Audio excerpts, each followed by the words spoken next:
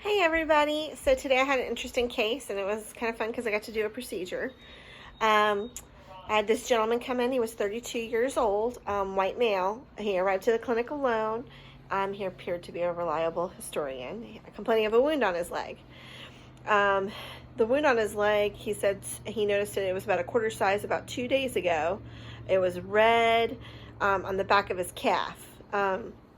He reported that it was tender to the touch, but he tried to use a safety pin to try and get something out, but he was unable to get anything out.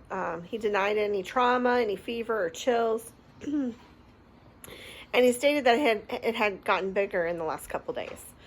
The patient denied any medical problems, any allergies, any surgeries, and any medications. His vaccinations were up to date. None of the family history was pertinent to this visit. His review of systems was negative except for the skin, where the patient reported the knot on the back of his calf of his right leg. His vitals were, his blood pressure was 132/70. He did not have a fever. It was 98.3. Pulse was 78. Respiration's 18. O2 sat was 99%. His assessment was patient was non-ill appearing. He was in no acute distress. He was alert. There was no lymphadenopathy. When I was looking at his skin, he had a single abscess that measured to be about 3 by 2 centimeters to the posterior lower right leg, which had an area of fluctuation at the center. So we decided to do an incision and drainage.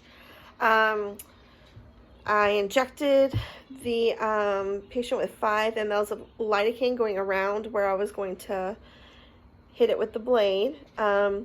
I used an 11 blade and one at the center where it was nice and fluctuant. We got a wound culture of it. I did do some probing with a hemostat to open it up a little bit more, and got out as much as I could.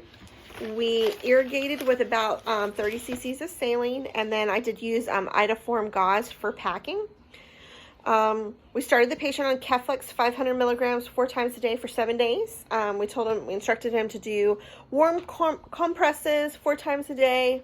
We told him for things to watch out for, like if the infection started to streak or if he had fever or chills, to let us know right away. And then we were having the patient come back in 2 days for a wound check. We were going to remove the packing and pack it again if necessary, but basically so we can eyeball his abscess again. So, like I said, it was a cool day today.